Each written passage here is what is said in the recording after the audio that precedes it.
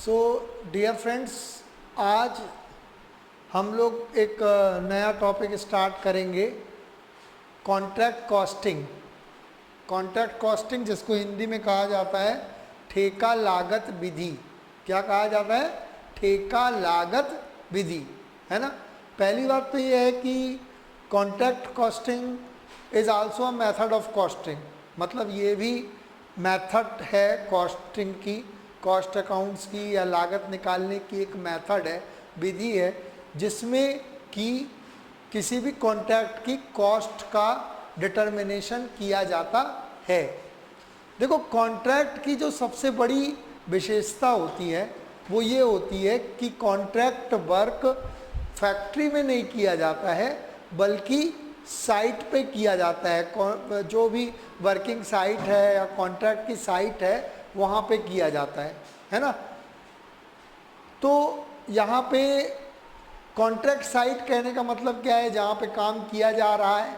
जैसे अगर suppose that सड़क बनाने का ठेका है या सड़क बनाने का कॉन्ट्रैक्ट है तो सड़क पे ही जाके कॉन्ट्रैक्टर काम करेगा ना, ठीक है ना। या ब्रिज है या रेलवे है ना। रेलवे का मतलब रेलवे की जो स्लाइडिंग्स है ना, ठीक। तो ये सब काम जो है वो कॉन्ट्रैक्ट साइट पे ही किया जाता है, ठीक है ना। यहाँ पे दो पार्टीज होती हैं बेसिकली। एक होता है contractor. Contractor is the person who carries the contract work, है ना। मतलब कॉन्ट्रैक्टर जिसको हिंदी में कहा जाता है क्या? ठेकेदार। ठेकेदार का मतलब वह व्यक्ति जो ठेका कार्य करता है उसको क्या कहेंगे? कॉन्ट्रैक्टर। और वह व्यक्ति जिसके लिए ठेके का काम या ठेका कार्य किया जाता है उसको क्या कहेंगे? कॉन्ट्रैक्टी। कॉन्ट्रैक्टी का मतलब क्या होता है? उसको हिंदी में कहा जाता है ठेकेदाता।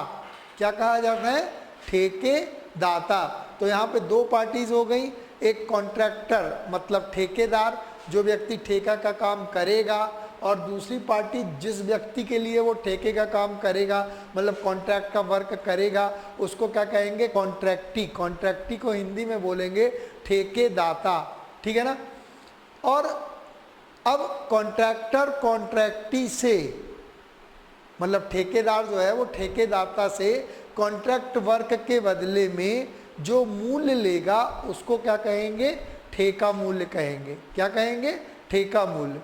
देन कॉन्ट्रैक्टर कॉन्ट्रैक्टी से जो प्राइस लेगा कॉन्ट्रैक्ट वर्क को करने के लिए उसको कहा जाएगा कॉन्ट्रैक्ट प्राइस। क्या कहा जाएगा? कॉन्ट्रैक्ट प्राइस, है ना।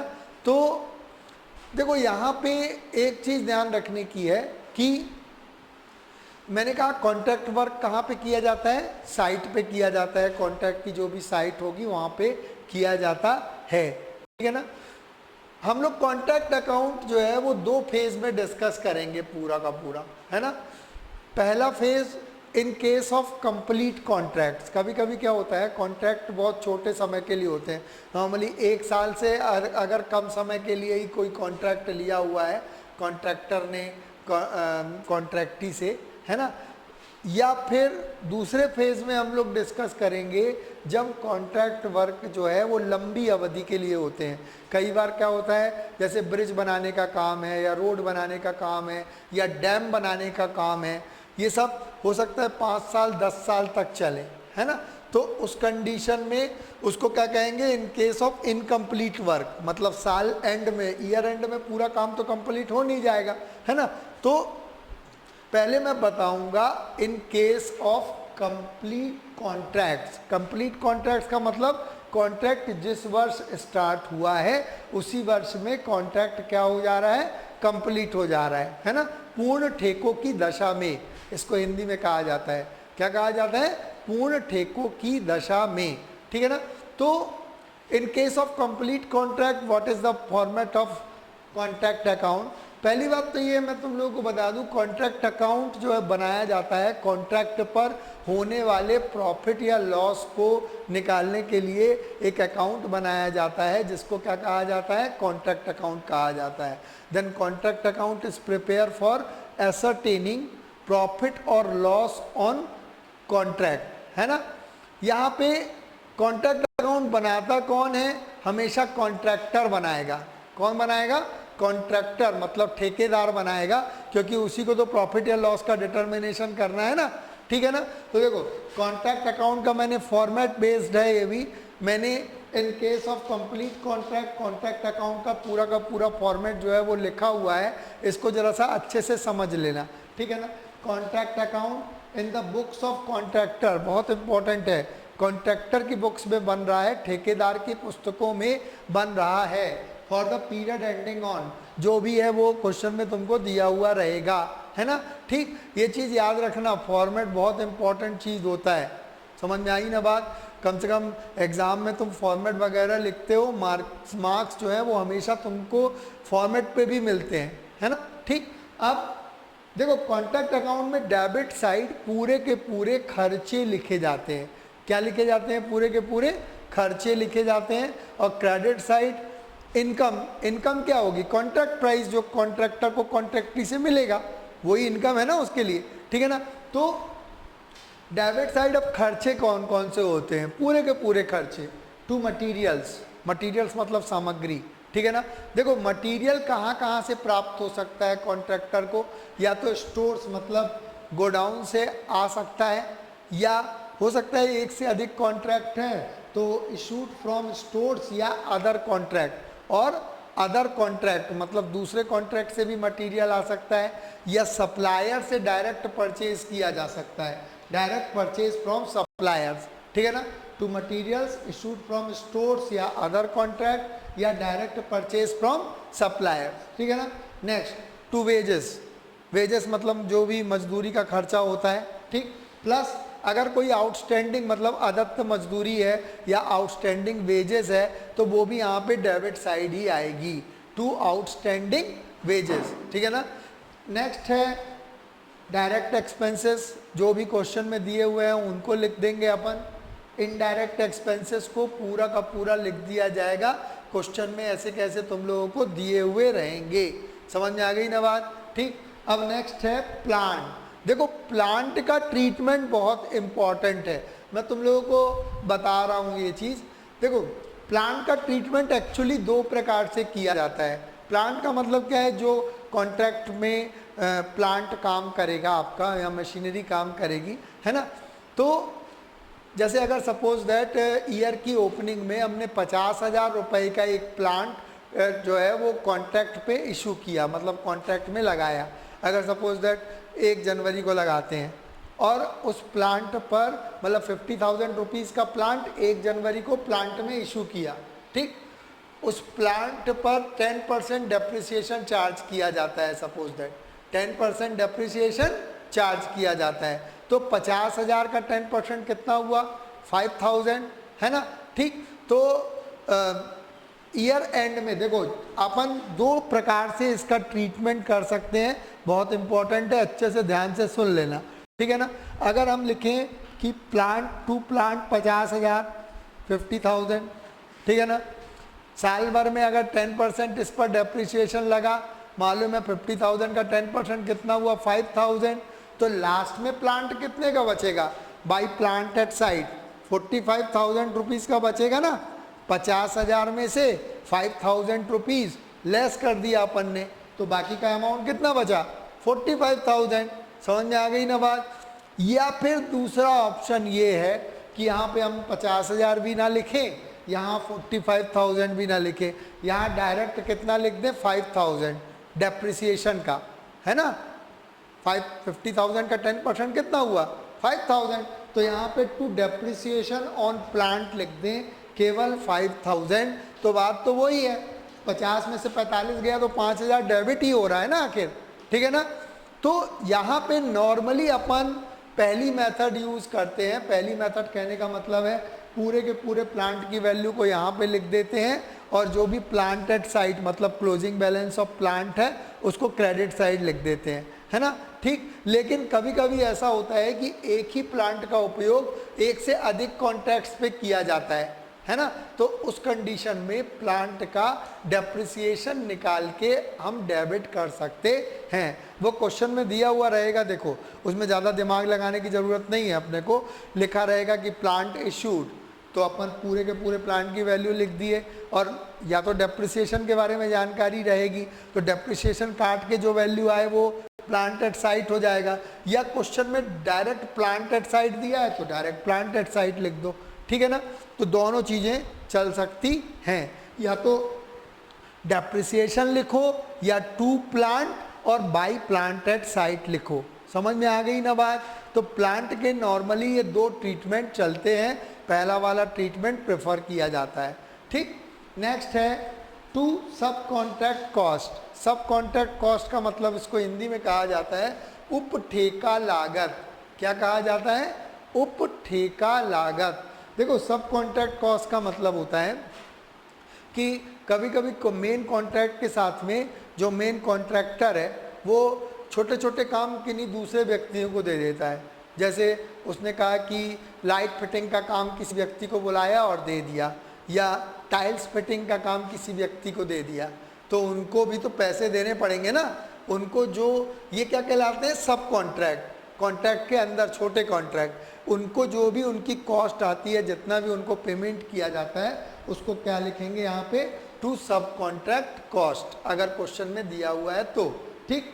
नेक्स्ट है to cost of extra work done.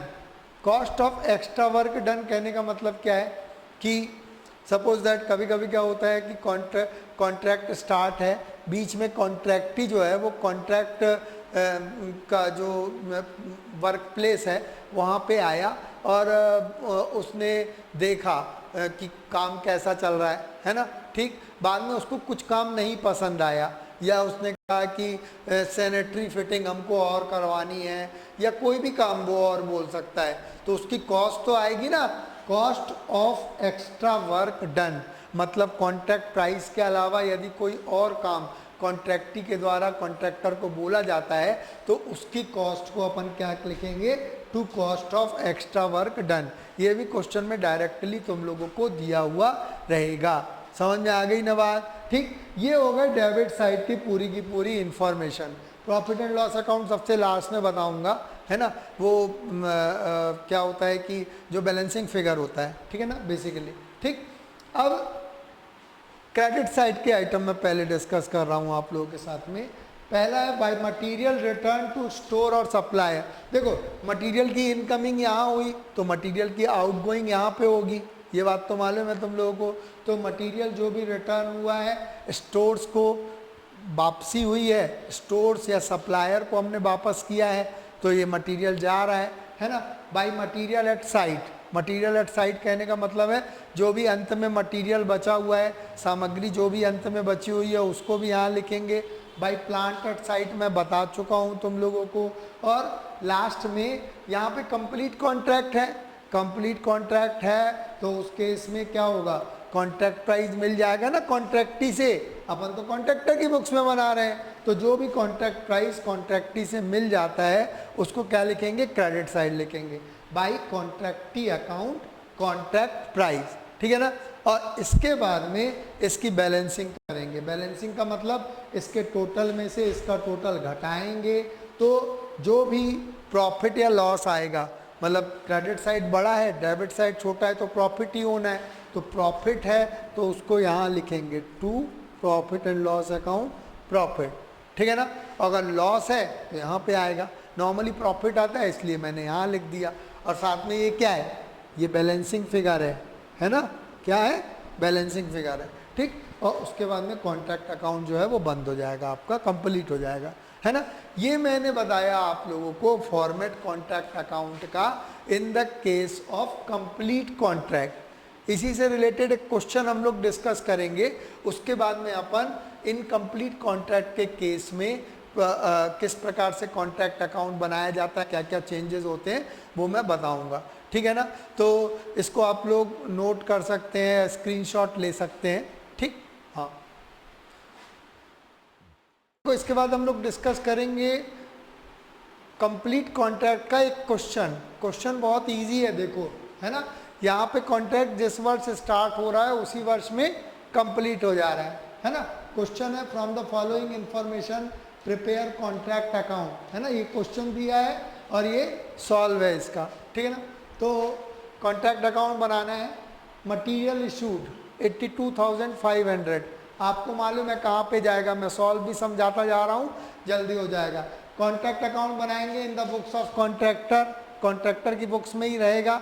Book में जो भी नाम दिया हुआ है कि कॉन्ट्रैक्ट, इस कॉन्ट्रैक्टर का कॉन्ट्रैक्ट है तो वो आप नाम लिख दोगे यहाँ पे। For the period ending on, book में जो भी पीरियड दिया हुआ है, this information has been given for the period ending on 31 March 2018, तो आप डाल देना। समझ में आ गई ना बात, वो पीरियड डाल देना, ठीक। डेबिट साइड मैंने कहा पूरे के पूरे खर्चे आते हैं, क्रेडिट साइड पूरी की पूरी जो भी कॉन्ट्रैक्ट प्राइस वगैरह है वो आता है, ठीक है ना। मटीरियल इशूड 82,500 खर्च है, ठीक। मटीरियल एट साइट, है ना, देखो मटीरियल एट साइट किस साइड आया है, क्रेडिट साइड आया है बाई मटीरियल एट साइट, है ना, मैंने बताया था मटीरियल एट साइट या प्लांट एट साइट इस साइड आएगा। वेजेस, वेजेस खर्च है, डेबिट साइड जाएगा। डायरेक्ट एक्सपेंसेस कितना इजी है, 32,000 खर्च है, डेबिट साइड जाएगा। प्लांट परचेज्ड 40,000, देखो प्लांट का जो ट्रीटमेंट था मैंने बताया था, डेप्रिसिएशन काट के जो क्लोजिंग अमाउंट है उसको यहाँ पे लिखना है।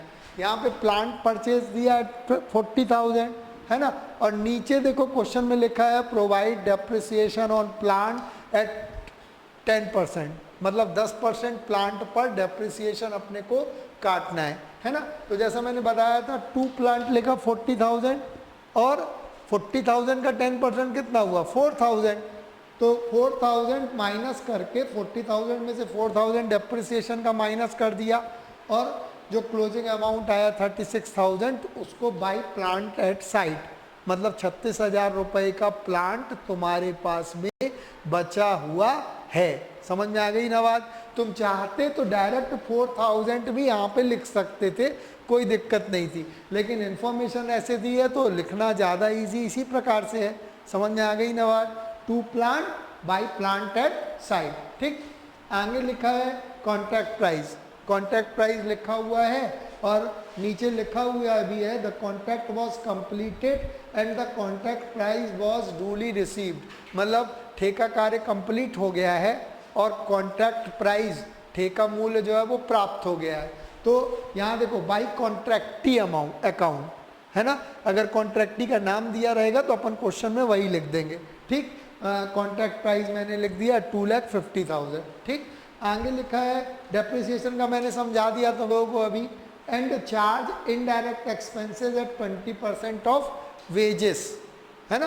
तो देखो इनडायरेक्ट एक्सपेंस भी खर्च है ना, ठीक। तो 2 इनडायरेक्ट एक्सपेंसेस और वेजेस का 20%, वेजेस कितना दिया है 30,000, 30,000, 30,000 का 20% कितना हुआ 6,000। समझ में आ गई ना बात, ठीक। जैसा क्वेश्चन में दिया है अपने को केवल वो पुट करना है और आंसर निकालना है, ठीक। इसके बाद में अपन ने इसके टोटल, इसका टोटल आया 3,66,000 माइनस कर दिया इसको तो फाइनल अमाउंट आ गया प्रॉफिट 1,15,500। समझ में आई ना बात। तो 1,15,500 का क्या आ गया प्रॉफिट। चाहो तो इसको ऐसे भी लिख सकते हो to profit and loss account profit, ठीक है ना। तो ये बैलेंसिंग फिगर है ना, इसमें से इसके टोटल अमाउंट को घटा दिया तो क्या आ गया प्रॉफिट, फिर टोटल कर दिया। समझ में आ गई ना बात। इजी क्वेश्चन था, ठीक। इसके बाद में हम लोग डिस्कस करेंगे इनकम्प्लीट कॉन्ट्रैक्ट का फॉर्मेट, इनकम्प्लीट कॉन्ट्रैक्ट होता क्या है, ठीक है ना। इस क्वेश्चन को तुम लोग नोट कर सकते हो, है ना, ठीक, या इसकी पिक ले सकते हो।